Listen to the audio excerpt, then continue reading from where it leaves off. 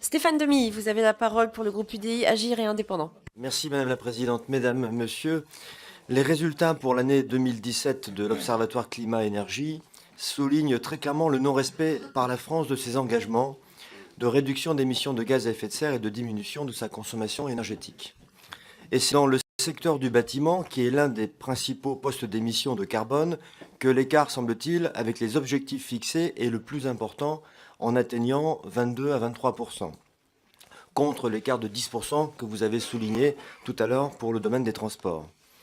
Un résultat particulièrement inquiétant lorsque l'on fait le bilan des dépenses pourtant effectuées en faveur de la rénovation énergétique. Les résultats de la campagne 2017 de l'enquête Trémy sur les travaux de rénovation énergétique des maisons individuelles, publiés par l'ADEME fin 2018, sont particulièrement édifiants. Parmi les 5 millions de maisons individuelles qui ont fait l'objet de travaux de rénovation entre 2014 et 2016, pour un chiffre d'affaires global de près de 60 milliards d'euros, seuls 25% d'entre elles ont amélioré leur DPE, leur diagnostic de performance énergétique, d'au moins une classe. Entre 2014 et 2016, ce sont donc 36,3 milliards d'euros, sur les 60 que je viens de citer, qui ont été finalement dépensés sans avoir d'effet sur la performance énergétique des logements.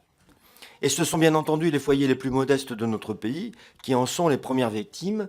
60% de ceux qui ont d'ailleurs réalisé ces travaux inefficaces considèrent ne pas avoir les moyens d'en réaliser de nouveaux.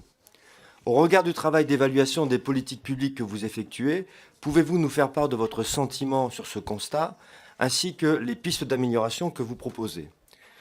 Enfin, dans ce contexte, la France a présenté fin 2018 son projet de programmation pluriannuelle de l'énergie, PPE, ainsi que sa stratégie nationale de bas carbone, la fameuse SNBC, dont notre collègue Bouillon vient de parler. De nombreuses critiques ont été émises immédiatement sur le manque d'ambition de cette PPE, ainsi que sur les choix stratégiques qui ont été opérés.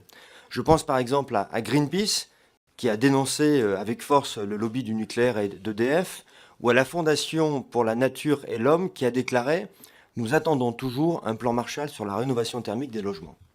Pouvez-vous nous préciser l'analyse globale que vous en faites et les dispositions que vous proposeriez? Merci d'avance. Merci, je passe